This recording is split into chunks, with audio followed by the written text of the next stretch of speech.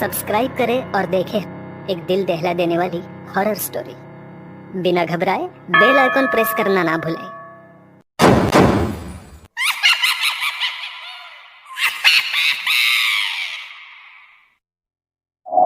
इस कहानी के लेखक हैं विजेंद्र कुमार कर्ण।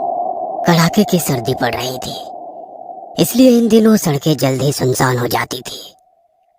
उस सुनसान सड़क पर रात के अंधेरे में 23 साल का आदित्य फुल स्पीड में भागा जा रहा था। उसके चेहरे पर हवाइयाँ उड़ रही थी, सांसें लोहार की धौंकने की तरह चल रही थी, गला भी सूख रहा था। उसके दिल की धड़कनें इतनी तेज थी कि उसे साफ साफ सुना जा सकता था। लेकिन इन सब की परवाह किए बिना उसके कदम भागे जा रहे थे। उसकी भागने की गति देखकर ऐसा लग रहा था कि उसके पीछे मौत पड़ी है और वो उससे पीछा छुड़ाना चाह रहा है। भागते भागते वो सुनसान सड़क से एक गली में प्रवेश कर गया। गली के मुहाने पर दो कुत्ते आपस में एक दूसरे को भौंक रहे थे। अचानक उन कुत्तों की नजर आदित्य पर पड़ी और वो उसकी तरफ झपटे। वो नीचे गिर पड़ा। एक कुत्ता उसकी छाती पर चढ़ गया और उसके चेहरे पर अपना पंजा मारकर गुर्राने लगा। आदित्य ने अपनी पूरी ताकत लगाकर उस कुत्ते को दूर फेंका। दूसरा कुत्ता ये देखकर डर गया और पीछे हटकर भौंकने लगा। आदित्य ने किसी तरह खुद को संभाला और खड़ा हो गया। इससे पहले कि दोनों कुत्ते फिर से उसकी तरफ बढ़ते, उसने एक पत्थर उठाया और जोर से कुत्ते को खींच कर मारा। कुत्ता दर्द से बिलबिला गया। एक कुत्ता तो भाग गया, लेकिन दूसरे ने फिर से उस पर हमला कर दिया। आदित्य ने अपने कमर में रखे चाकू को निकाला और उसके पेट में मार दिया। थोड़ी देर छटपटाने के बाद वो शांत हो गया। आदित्य ने चैन की सांस ली और फिर से आगे बढ़ा। उसी गली में उसे एक छोटा सा लॉज दिखा। वो उस लॉज में प्रवेश कर गया। उस कड़ाके की सर्दी में भी उसके माथे से पसीने की धार बह रही थी। सड़क पर नीचे गिरने के कारण कपड़ों पर भी धूल लग गई थी। उसकी हालत देखकर लॉज का मैनेजर उसे देखता रह गया। हालांकि उसकी ऐसी हालत देखकर लॉज का मैनेजर थोड़ा डर भी गया था। आदित्य ने किसी तरह अपनी सांसों पर नियंत्रण पाने की कोशिश की और लॉज के मैनेजर से कहा, कोई कमरा खाली है क्या? कमरा खाली तो है, लेकिन सिंगल बेड नहीं, डबल बेड वाला है। कोई भी चलेगा, सिंगल डबल कुछ भी। लॉज के मैनेजर ने उससे उसका आईडी कार्ड लिया और अपने रजिस्टर में उसकी एंट्री की। उसे कमरा मिल गया। उसने कमरे की चाबी ली और अपने कमरे में आकर जोर से दरवाजा बंद कर लिया। उसकी सांसें अब भी बहुत तेज चल रही थी। अभी 5 मिनट ही उसे कमरे में आए हुए थे, तभी उसके दरवाजे पर जोर जोर से दस्तक हुई। दस्तक की आवाज सुन वो बहुत ज्यादा डर गया। उसका डर उसके चेहरे पर साफ साफ देखा जा सकता था। वह खामोशी से उस दस्तक को सुन रहा था। तभी फिर से दरवाजे पर दस्तक हुई। उसने डरते डरते ही पूछा, कौन है? कौन है? दरवाजे की दूसरी तरफ से आवाज आई, रूम सर्विस। उसने राहत की सांस ली और दरवाजा खोल दिया। दरवाजे पर पानी का जग और एक गिलास लेकर लॉज का स्टाफ खड़ा था। उसने उसके हाथ से पानी का गिलास और जग लिया और फिर से जोर से दरवाजा बंद करके बैठ गया। थोड़ी देर वो चुपचाप बैठा रहा। फिर उसने जग से पानी निकालकर ग्लास में डाला और एक ही सांस में गटागट पी गया। उसके बाद वो बिस्तर पर लेट गया और लॉज के पंखे को घूरने लगा। ठंड में बंद रहने के कारण उस पर मकड़ी का जाल लग गया था। वो पंखे की तरफ घूर घूर कर देख ही रहा था कि तभी उसे सीलिंग पर एक छिपकली दिखाई दी। छिपकली की नजर शायद उस जाले की मकड़ी पर थी। छिपकली बहुत देर तक जाले को घूरती रही।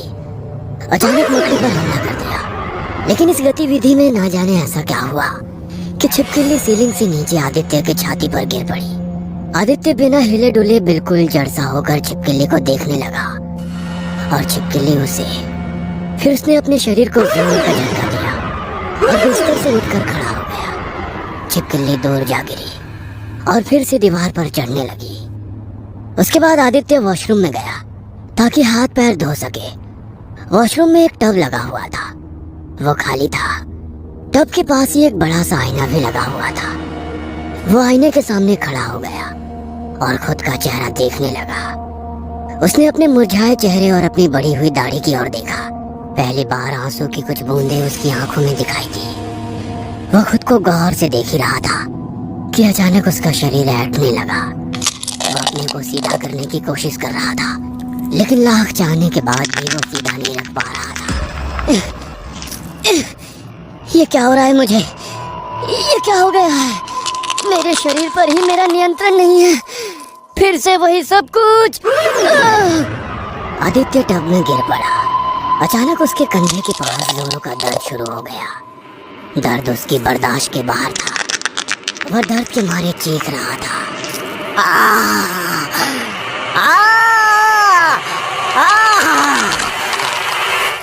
आदित्य का कंधा धीरे धीरे फट रहा था।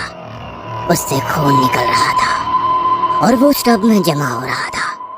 अचानक आदित्य के कंधे के पास और उसके सिर के बगल में एक और सिर निकल आया। धीरे धीरे सिरों की संख्या बढ़ने लगी। एक एक कर आदित्य के 10 सिर हो गए। ऐसा लगने लगा कि वो रावण है। आदित्य टब से निकलकर आईने के पास गया और खुद के इस विभत्स रूप को देखने लगा। ये पहली बार नहीं था जब आदित्य के साथ ऐसा हो रहा था। फिर से वही सब क्यों हो रहा है मेरे साथ? ये क्यों? मैं पागल हो जाऊंगा। पागल! पिछले कई महीनों से आदित्य इस दर्द को झेल रहा था। इससे बचने की उसने बहुत कोशिश की और इसलिए ही वो भागा जा रहा था, कभी यहाँ तो कभी वहाँ, ताकि कहीं तो उसे मुक्ति मिले। लेकिन वो मुक्त नहीं हो पा रहा था। मुक्ति, मुझे मुक्ति चाहिए। मुक्ति कैसे मिलेगी मुझे मुक्ति? आदित्य चीख रहा था, जोर जोर से पूरी ताकत लगाकर। उसके खून से वो टब पूरी तरह भर गया था। वो उस खून को अजीब नजरों से देख रहा था। कुछ देर बाद उसमें एक लड़की का चेहरा उभरने लगा। धीरे धीरे कुछ देर बाद वो चेहरा सिर्फ चेहरा नहीं रहा, बल्कि एक पूरी लड़की उस टब में उसे दिखाई देने लगी, जो लगातार छटपटा रही थी। उसकी आंखें खुली हुई थी और उन आंखों से वो आदित्य को घूर घूर कर देख भी रही थी। आदित्य उस लड़की के चेहरे को देखकर बहुत डर गया था। अचानक वो लड़की टब से निकलकर हवा में उड़ने लगी।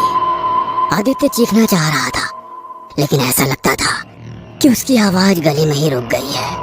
वह लड़की किसी बैताल की तरह आदित्य की पीठ पर बैठ गई और उसकी पीठ पर अपने दांत गड़ा दिए। आदित्य दर्द से चीख पड़ा।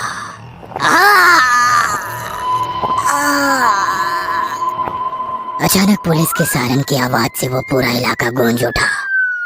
आदित्य पुलिस की गाड़ी के सायरन की आवाज को गौर से सुन रहा था। पल में ही सारी चीजें नॉर्मल हो गई थी।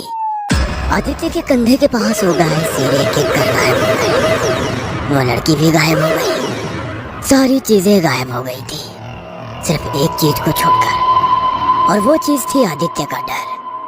डरते डरते आदित्य ने लॉज की खिड़की से बाहर झांक कर देखा तो उसे कुछ पुलिस वाले लॉज में एंटर करते हुए दिखाई दिए। वो डर गया। वो लॉज की खिड़की से बाहर कूद गया और तेजी से भागने लगा, लेकिन पुलिस वालों की नजर उस पर पड़ गई। आदित्य आगे आगे भागा जा रहा था। पुलिस वाले उसके पीछे पीछे थे। पुलिस इंस्पेक्टर राम ने उसको रोकने के लिए कहा, लेकिन आदित्य भागता रहा। रुक जाओ, नहीं तो मैं गोली चला दूंगा। लेकिन आदित्य ने कुछ नहीं सुना और वो और भी तेजी से भागने लगा।